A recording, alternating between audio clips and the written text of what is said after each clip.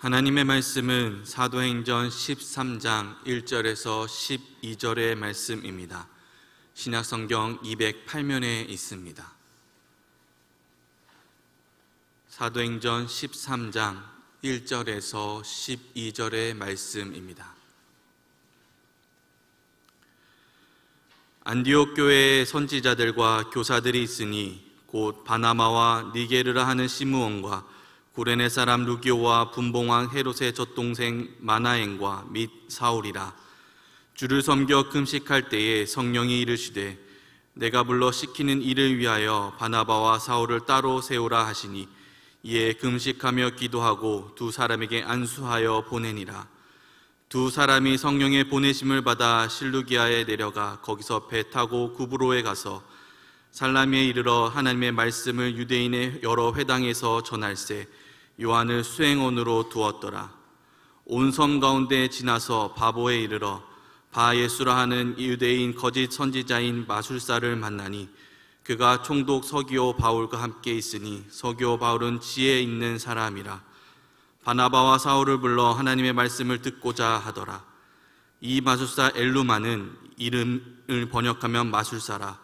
그들을 대적하여 총독으로 믿지 못하게 힘쓰니 바울이라고 하는 사울이 성령이 충만하여 그를 주목하고 이르되 모든 거짓과 악행이 가득한 자요 마귀의 자식이요 모든 이의 원수여 주의 바른 길을 굳게 하기를 그치지 아니하겠느냐.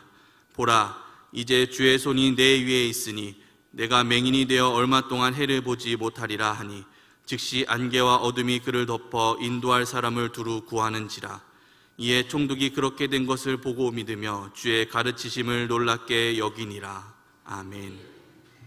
우리와 함께 하시는 하나님으로 세상에서 그 능력으로 그 뜻 드러내는 저와 여러분 모두가 되어지기를 주의 이름으로 축복합니다. 저는 내일부터 수원 장안 지방의 감리사로서 지방의 목사님들과 사모님 저를 포함해서 34분과 함께 교육자 연수로 동방교회의 정수인 조지아, 아르메니아, 아제르바이잔을 순례하게 됩니다. 이 나라들은 코카서스 3국으로 요즘 우리나라에서 뜨는 관광지로 소개되고 있습니다. 그래서 관광이 아니라 순례가 되도록 조심스럽게 공부하고 기도하고 준비하고 있습니다. 우리에게 대표적인 성지는 이스라엘이죠. 그리스도인들이 이스라엘을 성지로 꼽는 가장 큰 이유는 그 땅이 성경의 땅이기 때문입니다. 이스라엘은 구약과 신약 성경의 현장입니다. 같은 이유에서 이집트와 요르단이 성지에 포함됩니다. 현재 이스라엘은 전쟁 가운데 있습니다. 그 땅의 평화를 위해서 기도해 주시기 바랍니다. 성경의 땅으로서 성지는 투르키예와 그리스 등등으로 확대됩니다. 그것은 사도행전과 요한계시록의 현장이기 때문이지요. 성경을 더 잘 이해하기 위해 이스라엘과 그 주변국인 이집트, 요르단, 투르키에 그리스 등을 방문하고 그곳에서 하나님이 어떻게 일하시는지를 살펴보는 것이 도움이 됩니다. 그런데 성지는 성경의 땅일 뿐만 아니라 성령님께서 일하신 복음의 현장이라고 할 수 있습니다. 우리에게까지 복음이 전파되어 온 현장인 이스라엘, 독일, 스위스 종교개혁지를 방문하기도 합니다. 감리교회는 영국에 남아있는 웨슬레의 발자취를 돌아보며 하나님께서 어떻게 일하셨는지를 살펴보며 우리가 어떻게 해야 할지를 생각하게 됩니다. 순례와 관광의 차이는 그곳에 가는 사람의 마음일 뿐입니다. 사람 눈으로 보는 것은 마찬가지지만 하나님의 숨결을 찾고 하나님 사람들의 발자취를 느끼고 생각한다면 순례입니다. 그런데 그동안 잊힌 성지가 바로 이번에 방문하는 조지와 아르메니아, 아제르바이잔입니다. 그것은 바로 동방교회의 흔적입니다. 로마를 중심으로 한 서방교회라는 말은 로마가 아닌 다른 곳을 중심으로 한 동방교회가 있었다는 말이죠. 그렇습니다. 예루살렘에서 시작된 복음은 온 유다와 사마리아를 넘어 땅끝을 향하는 중에 먼저 로마에서 꽃을 피웠습니다. 로마 제국은 그리스도교를 국교로 삼았고 그리스도교는 로마 제국을 바탕으로 세계적인 종교가 되었습니다. 로마 제국은 이탈리아 반도뿐만 아니라 바다를 건너 오늘날 트르키예까지 확대되었습니다. 그러나 395년 오늘날 트르키예의 이스탄불인 콘스탄티노플을 중심으로 한 동쪽 로마와 그리고 이탈리아 로마를 중심으로 한 서쪽 로마로 분열되었습니다. 서쪽 로마 제국은 476년에 게르만족에 무너졌고 그러나 여전히 교회는 하나였습니다. 서쪽 로마 제국이 사라지고 다른 왕국들이 들어섰지만 로마 쪽 교회나 콘스탄티노플 쪽 교회는 하나였습니다. 그런데 동쪽에 있는 교회는 동로마, 즉 비잔틴 제국의 보호를 받으며 그 후 1000년이나 국가 종교로 지내게 됩니다. 그러나 서쪽에 있는 교회는 보호받을 제국이 사라지며 오히려 교황권이 강화되었죠. 세속 권력의 보호로 국가 종교로 자리 잡은 동쪽 교회와 보호받을 세속 권력이 사라져 교황권이 강화된 서쪽 교회는 점점 달라지기 시작합니다. 그러다 1054년 동쪽 교회와 서쪽 교회는 완전히 나누어지게 됩니다. 동쪽 교회는 자신들이 정통이라며 정교회라는 이름을 붙였고 서쪽 교회 역시 자신이 정통이라며 가톨릭이라는 이름을 붙이게 되었습니다.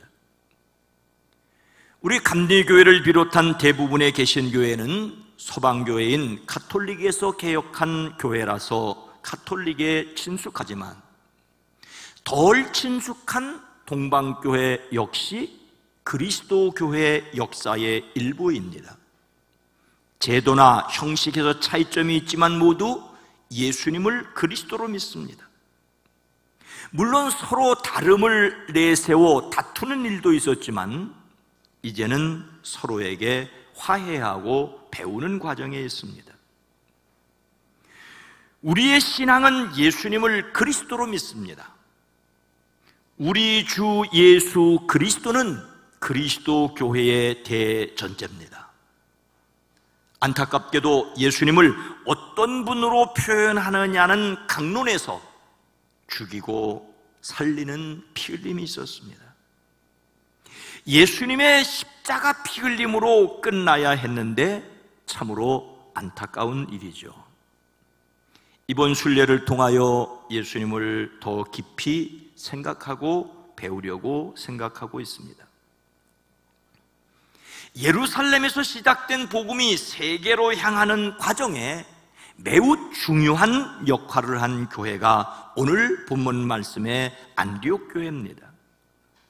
안디옥 교회는 어떤 교회입니까? 2절과 4절 전반절입니다. 주를 섬겨 금식할 때에 성령이 이르시되 내가 불러 시키는 일을 위하여 바나바와 사울을 따로 세우라 하시니 두 사람이 성령의 보내심을 받아. 예수님의 가르침이 시작된 곳은 갈릴리였습니다. 그러나 예수님의 십자가와 부활을 통하여 교회가 시작된 곳은 예루살렘이었습니다. 그리고 이 복음이 세계적으로 확산되는 선교의 역사는 안디옥에서 시작되었습니다. 예루살렘 교회는 박해로 흩어졌고, 흩어진 그 사람들이 복음을 전하였지만 아직은 동족인 유대인에게만 전하였습니다. 근데 몇몇 사람이 안디옥에 이르러 그리스 사람에게도 전도하였습니다. 안디옥은 본격적으로 이방인에게 전도하기 시작한 도시입니다. 그러자 다른 사람들이 예수님을 믿는 사람들을 그리스도인이라고 부르는 것이 바로 이곳에서 시작되었습니다. 오늘날 예수 믿는 사람들을 그리스도인, 기독교인이라고 부르는 말이 바로 안디옥에서 시작되었습니다. 그리고 또 다른 시작이 바로 여기에 있었습니다. 안디옥 교회 지도자들이 예배하며 금식하고 있을 때 성령님께서 그 교회에 말씀하셨습니다. 너희는 나를 위하여 바나바와 사울을 따로 세워라. 내가 그들에게 맡기려 하는 일이 있다라고 하십니다. 예루살렘 교회가 안디옥 교회에 파송한 바나바, 그리고 교회를 핍박하다 호련히 하늘로부터 임하는 빛을 본 사울을 따로 세우라고 하십니다. 그들을 유대인이 아닌 이방을 위한 전도자로 구별하셨습니다.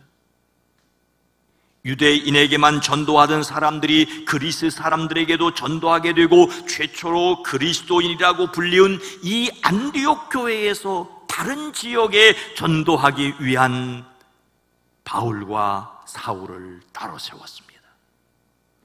두 사람을 선택하고 보내시는 분은 성령님이셨습니다. 안디옥 교회는 성령의 음성을 듣고 그 말씀에 순종하는 교회였습니다. 두 사람이 성령의 보내심을 받았다라고 하는 것은 매우 중요합니다. 안디옥 교회가 기도할 때 성령이 두 사람을 세우라고 하셨고, 그 성령의 음성에 순종한 교회는 다시 기도하며 두 사람을 안수하여 보냈습니다. 그런데 이것은 교회가 보낸 것이 아니라 성령이 보내셨다라고 표현하고 있습니다. 안디옥 교회는 성령님과 철저하게 동행하는 교회였습니다. 교회는 성령님께 순종하여 보내야 합니다. 이렇게 제1차 전도 여행이 시작됐습니다. 선교는 성령님의 음성에 순종하는 것입니다. 금식하고 기도할 때 성령님께서 말씀하셨습니다. 성령님께서 말씀하시자 교회는 다시 기도하며 순종했습니다. 교회가 기도하며 순종하는 일은 곧 성령께서 하시는 일이었습니다. 그래서 사도행전을 성령행전이라고도 말합니다.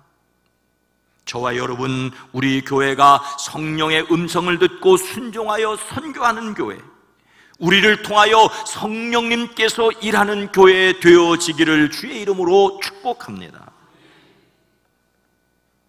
안디옥 교회의 바나바와 사울은 성령의 보내심을 받아 가서 무엇을 하였습니까? 4절 후반절과 5절 전반절입니다. 실루기아에 내려가 거기서 배 타고 구브로에 가서 살라미에 이르러 하나님의 말씀을 유대인의 여러 회당에 전할세. 성령의 보내심을 받은 안디옥 교회의 바나바와 사울은 배를 타고 구브로라는 섬으로 갔습니다. 구브로는 현재 키프로스 공화국입니다. 바나바의 고향이기도 합니다. 스데반의 순교로 흩어진 사람들이 가서 이미 그곳에서 말씀을 전했었습니다. 구브로 사람 몇 사람이 안디옥에 와서 그리스 사람에게 전도하기도 했습니다. 안디옥 교회에는 구브로 출신 교인들이 있었습니다. 이렇게 해서 그들이 잘 알고 있는 구브로를 첫 번째 전도 대상 지역으로 선택했습니다. 안디옥을 출발한 바나바와 사울은 구브로 섬 동쪽 항구인 살라미에 도착했습니다. 그곳에서 우선 두 사람은 유대인의 여러 회당에서 전도했습니다. 여기에서 하나님의 말씀을 전하였다는 데 주목해야 합니다. 살라미는 구브로에서 가장 크고 번화한 도시였습니다. 유대인의 여러 회당이 있었다는 말로 미루어 그곳에 많은 유대인들이 살았습니다. 흩어진 유대인들이 그 섬에 들어와 여러 회당을 짓고 여호와 중심의 신앙을 지켰습니다. 이들에게 이미 스데반의 순교로 흩어진 사람들이 전도했습니다. 바나바와 사울이 가기 전에 이미 복음을 들은 사람들이 있었습니다. 이들에게 하나님의 말씀을 전하였습니다. 즉 구약의 말씀을 통하여 예수님이 그리스도이심을 설명하였습니다. 아직 복음을 듣지 못한 사람들에게도 전도하였습니다. 여기서 전할세, 전했다는 말은 공개적으로 발표한다는 뜻입니다. 숨어서 은밀하게 말하는 것이 아니라 드러나게 공공연하게 알리는 것입니다. 바나바와 사울은 이곳에서 구약의 말씀으로 예수님이 그리스도이심을 드러나게 반복하여 거듭 말하였습니다. 말씀을 기초로 전도하였습니다. 우리는 만나서 하나님의 말씀을 전해야 합니다. 바나바와 사울이 전도한 것과 우리가 전도하는 데는 차이가 있습니다.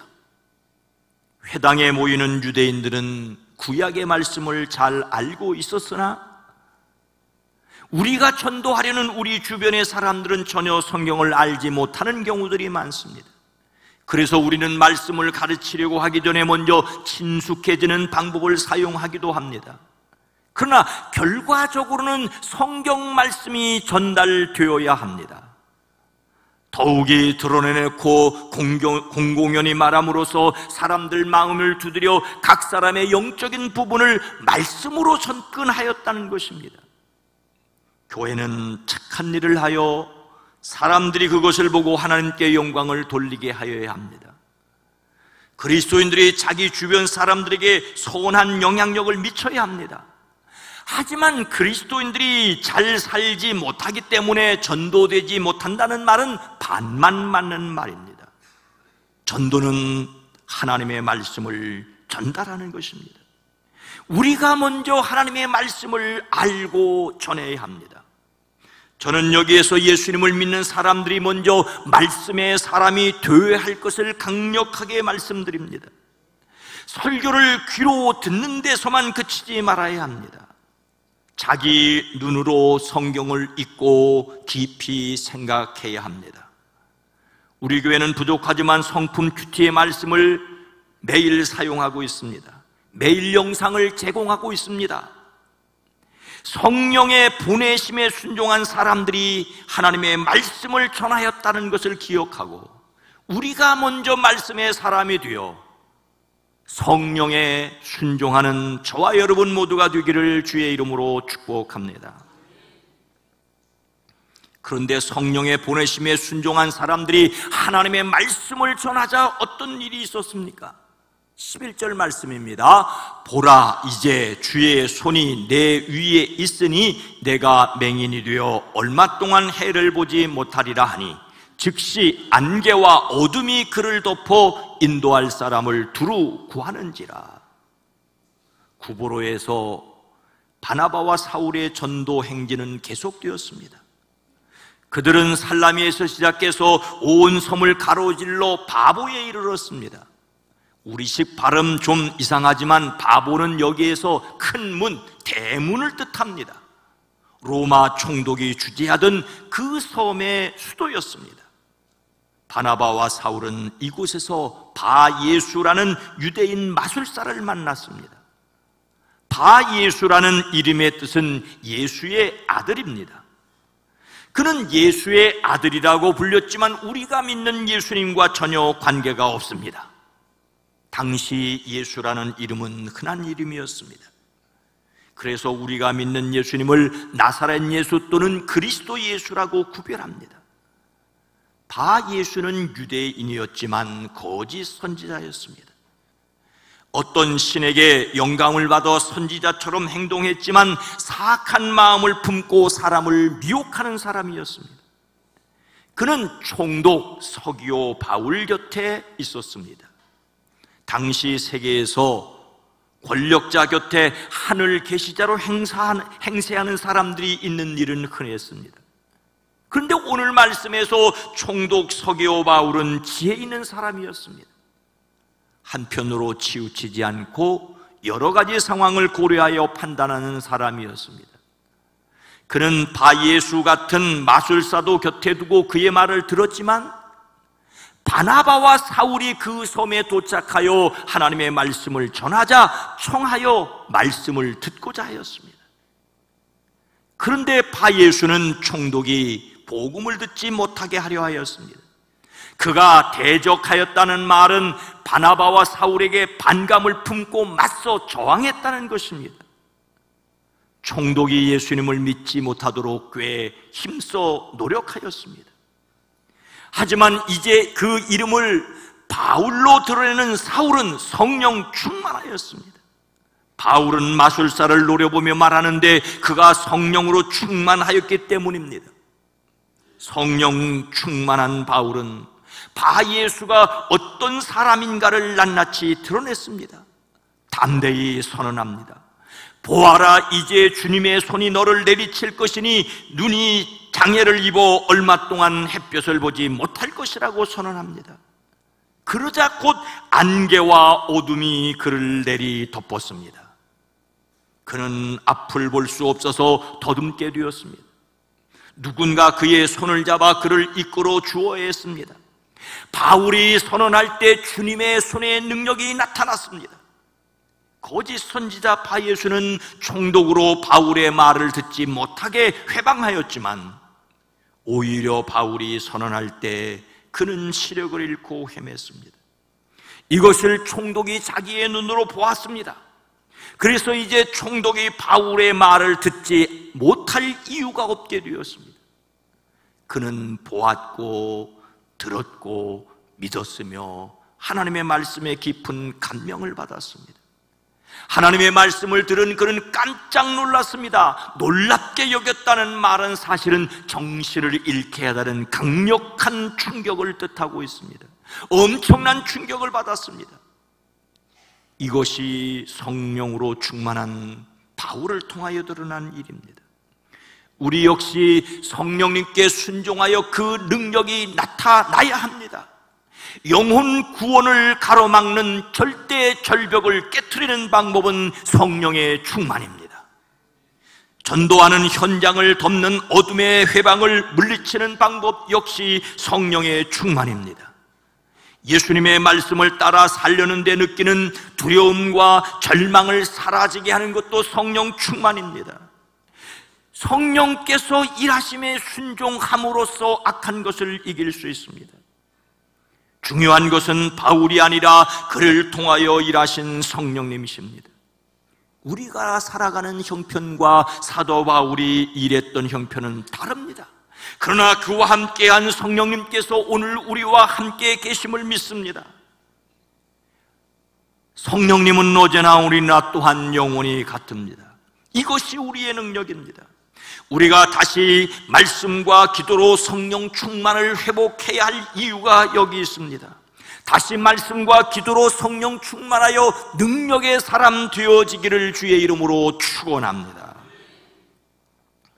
사랑하는 성도 여러분, 조지아의 예수도 무츠헤타에 스베티치 호벨리 대예배당이 있습니다. 여기에는 예수님의 옷자락이 묻혔다라는 전설이 있습니다. 예수님께서 십자가에 못 박히실 때 로마 군인들이 나누어 가졌던 그 예수님의 옷을 엘리야라는 사람이 사서 조지아로 가져왔고 그것이 그의 누이 시도니아와 함께 이곳에 묻혔다는 것입니다. 조지아는 317년에 그리스도교를 공식적으로 국교로 채택했습니다. 아르메니아에는 게그하드 수도원이 있습니다. 예수님의 옆구리를 찔렀던 로마 병사의 창끝이 이곳에 보관되었었다고 합니다. 현재 그 창은 아르메니아 수도 예레반 에치미아진 교회에 보관되어 있습니다. 아르메니아가 일찍 복음을 듣게 된 것은 예수님의 12제자 가운데 바돌로메와 다데오가 이곳에 와서 전도했기 때문이라고 전해집니다. 아르메니아는 조지아보다 앞선 301년에 그리스도교를 국교로 정하였습니다. 이것은 세계에서 최초입니다. 314년에서야 그리스도교를 공인한 로마 제국이 그리스도교를 국교로 정한 것은 392년이었습니다. 91년이나 빨리 아르메니아는 기독교를 국교로 정했습니다. 노아 홍수로 아르메니아에서는 노아 홍수 때 머물렀던 노아의 방주가 머물렀다는 아라랏산이 가장 잘 보이는 곳입니다. 물론 아라랏산은 터키 쪽에 있지만 터키에서는 잘 보이지 않고 아르메니아에서 잘 보인다고 합니다. 그리고 예루살렘 구시가의 4분의 1이 바로 아르메니안 지역입니다. 이렇다 보니 아르메니아 국민의 90%가 아르메니아 사도교회의 신자들입니다. 그런데 이래서 이곳이 우리에게 성지는 아닙니다. 조지아와 아르메니아는 오늘날 투르키 이슬람 세력에게 모진 박해를 받았습니다. 그리고 소련이 되어지면서 구소련의 연방에 속해졌고 무신론 공산주의에 엄청난 핍박을 받았습니다. 그런 가운데서도 예수님을 믿는, 그리스도를 믿는 신앙을 지켜냈습니다. 우리와 예배 형식이나 전통이 좀 달라도 같은 성령님의 역사가 있는 곳이기에 성지라고 할 수가 있습니다. 안디옥 교회는 성령님께 순종하였습니다. 바나바와 사울을 보냄으로 하나님의 말씀을 전하게 했습니다. 그 능력이 드러났습니다. 우리 역시 다시 말씀과 기도로 성령의 충만함으로 성령의 거룩함을, 하나님의 거룩함을 드러내는 사람들이기를 주의 이름으로 축원합니다. 거룩하신 하나님, 자비로우신 주님, 성경의 배경이 되었기 때문에 성지고 성경을 이해하기 위해 방문하기도 하지만 성령님께서 친히 역사하여 복음이 전달되어 오늘 여기까지 이르게 사용된 성령의 사람들이 살았던 발자취가 우리에게 거룩한 곳이 되어지게 하시고, 같은 성령님을 모시고 살아가는 우리의 가정, 일터, 기업이, 이 나라가 거룩한 땅 되어지게 하옵소서. 예수님의 이름으로 간절히 기도드리옵나이다. 아멘.